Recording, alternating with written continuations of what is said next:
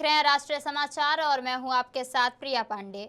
खबरों से पहले एक नजर सुर्खियों पर। मांजलपुर में बीजेपी की बम्पर जीत, 30,000 से ज्यादा वोटों से जीते सतीश पटेल।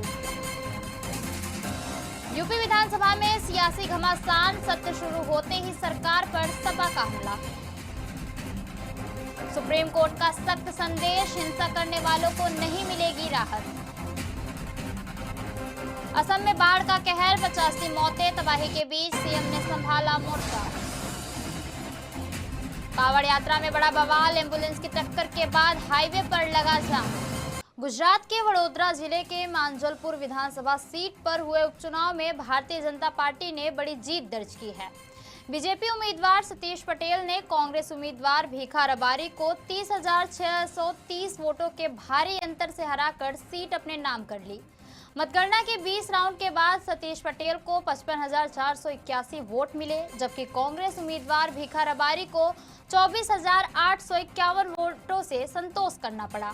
इस जीत के साथ बीजेपी ने मांजलपुर सीट पर अपना दबदबा बरकरार रखा। जीत के बाद सतीश पटेल ने इसे जनता के विश्वास की जीत बताते हुए कहा कि वे क्षेत्र के विकास, सड़क, पेयजल और बुनियादी सुविधाओं को प्राथमिकता देंगे। उन्होंने पार्टी कार्यकर्ताओं और मतदाताओं का आभार भी व्यक्त किया। वहीं कांग्रेस उम्मीदवार भीखा रबारी ने हार स्वीकार करते हुए जनता के फैसले का सम्मान किया, लेकिन चुनाव के अंतिम चरण में भय का माहौल बनाए जाने का आरोप भी लगाया। उन्होंने कहा कि वे आगे भी जनता के मुद्दों के लिए लोकतांत्रिक तरीके से संघर्ष भी जारी रखेंगे। उत्तर प्रदेश विधानसभा के मॉनसून सत्र की शुरुआत से पहले समाजवादी पार्टी ने विधानसभा परिसर में जोरदार प्रदर्शन किया। सपा विधायक दान पेटी, पोस्टर और बैनर लेकर पहुंचे और राम मंदिर चंदा चोरी, नीट पेपर लीक, आरक्षण और जंतर मंतर पर हुए लाठीचार्ज जैसे मुद्दों पर सरकार को घेरा। वहीं वित्त मंत्री सुरेश खन्ना ने कहा कि सरकार हर मुद्दे पर चर्चा के लिए तैयार है। उन्होंने बताया कि मंगलवार दोपहर 12:30 बजे अनुपूरक बजट पेश किया जाएगा। साथ ही उन्होंने सनातन धर्म पर की गई टिप्पणियों की भी आलोचना की। सपा ने साफ किया कि इस सत्र में अयोध्या प्रकरण, नीट घोटाला और युवाओं से जुड़े मुद्दों को प्रमुखता से उठाया जाएगा। ऐसे में विधानसभा का यह मानसून सत्र हंगामेदार रहने के भी आसार हैं। कर्नाटक में आज मंत्रिमंडल का बड़ा विस्तार होने जा रहा है। कांग्रेस आलाकमान ने मुख्यमंत्री डीके शिवकुमार की नई कैबिनेट के लिए 20 मंत्रियों के नाम की मंजूरी दे दी है। इसके साथ ही विधानसभा अध्यक्ष और विधान परिषद के प्रमुख पदों के लिए भी नामों का ऐलान किया गया है। नई सूची में संतोष लाड, मधु बगरम्पा, पीएम नरेंद्र स्वामी, जमीर अहमद खान और लक्ष्मण सवादी समेत कई वरिष्ठ नेताओं को जगह मिली है। वहीं जीएस पाटिल को विधानसभा अध्यक्ष और एसएस पोन्ना को विधानसभा उपाध्यक्ष बनाए जाने की भी मंजूरी दी गई है। कैबिनेट विस्तार को लेकर पिछले सप्ताह दिल्ली में कांग्रेस अध्यक्ष मल्लिकार्जुन खड़गे, राहुल गांधी और पार्टी के वरिष्ठ नेताओं के साथ अहम बैठक भी हुई थी। इसके बाद मंत्रिमंडल विस्तार पर अंतिम मुहर लगी। आज शाम नए मंत्री शपथ लेंगे। माना जा रहा है कि यह विस्तार कर्नाटक सरकार के राजनीतिक और क्षेत्रीय संतुलन को मजबूत करने की दिशा में अहम कदम होगा। महिला पहलवानों के कथित यौन उत्पीड़न मामले में दिल्ली की राउज एवेन्यू कोर्ट से बरी होने के बाद बीजेपी नेता और भारतीय कुश्ती महासंघ के पूर्व अध्यक्ष बृजभूषण शरण सिंह ने अपनी पहली प्रतिक्रिया दी है। उन्होंने कहा, होई है सोई जो राम रुचि राखा, और इसे अपने लिए न्याय का दिन बताया। कोर्ट के फैसले के बाद बृजभूषण सिंह ने कहा कि उन्होंने शुरू से ही अपनी बेगुनाही का दावा किया था और अगर कोई आरोप साबित होता तो वो सजा स्वीकार करने के लिए भी तैयार थे। उन्होंने कहा कि करीब 3 साल बाद उन्हें सम्मान पूर्वक बरी किया गया है और आज उनके तथा उनके समर्थकों के लिए खुशी का दिन है। बृजभूषण सिंह ने कहा कि वह कोर्ट का विस्तृत आदेश पढ़ने के बाद ही इस मामले पर आगे टिप्पणी करेंगे। साथ ही उन्होंने अपनी कानूनी टीम और समर्थकों का भी आभार जताया। उधर उनके बेटे कर्णभूषण ने भी फैसले का स्वागत करते हुए कहा कि अदालत के निर्णय से न्याय हुआ है और इस मौके पर जश्न मनाया जाएगा। अगर मेरे ऊपर कोई आरोप सही पाया जाएगा तो मैं स्वतः फांसी पर लटक जाऊंगा और आज तक मैं उसी बात पर कायम रहा और आज लगभग 3 साल के बाद कोर्ट ने मुझे और विनोद जी को बाइज्जत बरी किया है। देखिए, नाम लेने की आवश्यकता नहीं है, नाम लेने की आवश्यकता नहीं है।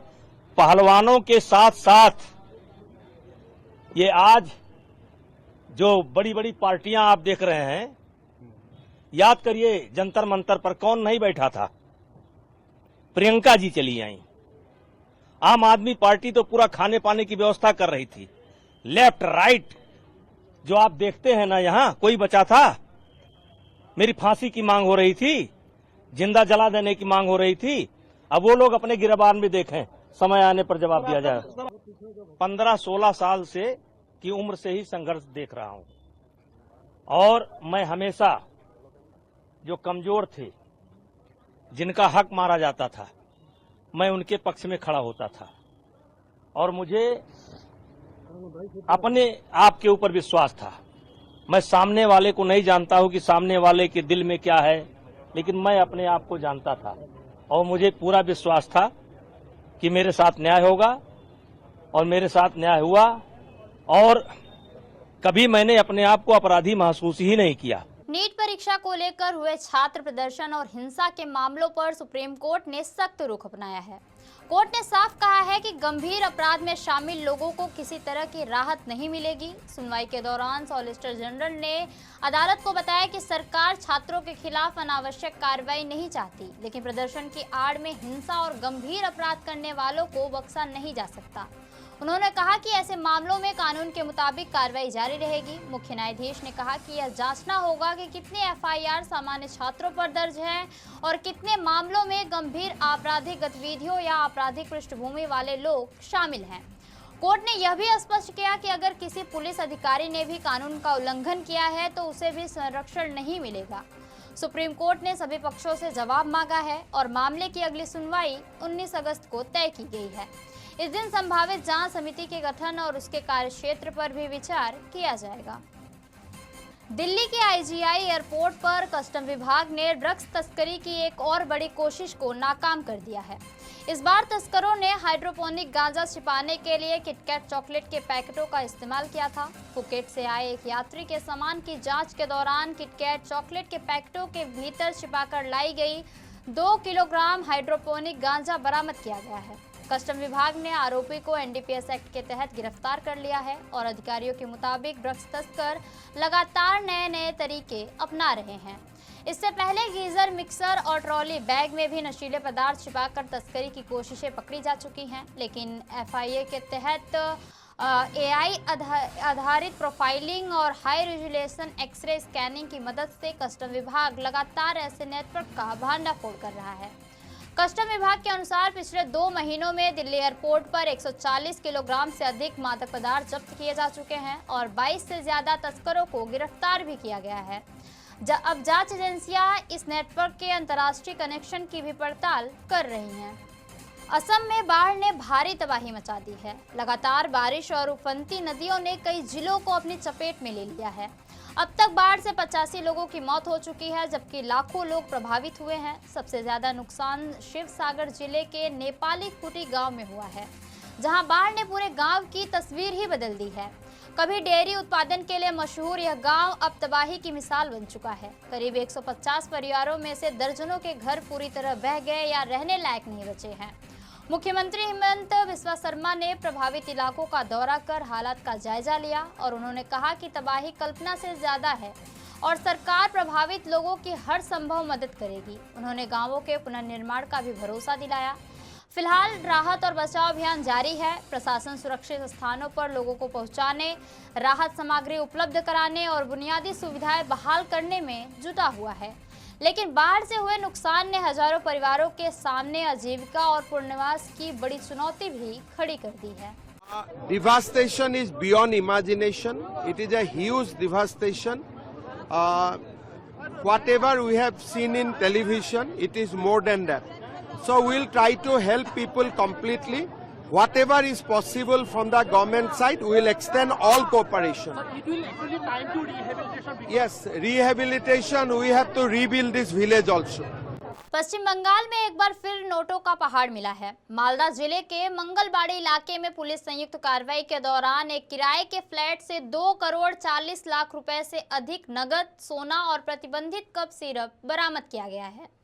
दक्षिण दिनाजपुर और मालदा पुलिस ने यह कार्रवाई प्रतिबंधित कप सिरप तस्करी मामले में गिरफ्तार आरोपियों से मिली जानकारी के आधार पर की थी। पुलिस जब फ्लैट में पहुंची तो वहां भारी मात्रा में नकदी रखी मिली और रकम इतनी ज्यादा थी कि उसे गिनने के लिए 3 नोट गिनने वाली मशीनें भी मंगानी पड़ी।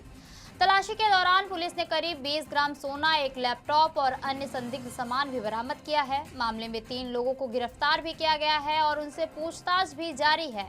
पुलिस अब यह पता लगाने में जुटी है कि बरामद नकदी का संबंध किस अवैध नेटवर्क से है और इस सिंडिकेट में और कौन-कौन लोग शामिल हैं।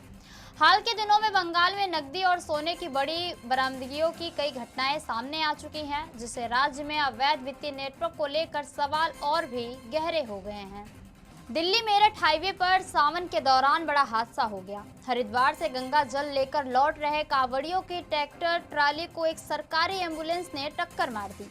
हादसे में कांवड़ क्षतिग्रस्त हो गई, जिसके बाद मौके पर भारी हंगामा भी शुरू हो गया। घटना मुरादानगर के प्रिया सिनेमा के पास हुई, जहां नाराज कांवड़ियों ने सड़क पर धरना देकर नारेबाजी भी शुरू कर दी, जिससे दिल्ली मेरठ हाईवे पर दोनों ओर लंबा जाम लग गया और वाहनों की आवाजाही पूरी तरह प्रभावित हुई। सूचना मिलते ही पुलिस और प्रशासन की टीमें मौके पर पहुंची। अधिकारियों ने कांवड़ियों से बातचीत कर उन्हें शांत कराया, जिसके बाद धीरे धीरे यातायात भी बहाल किया गया।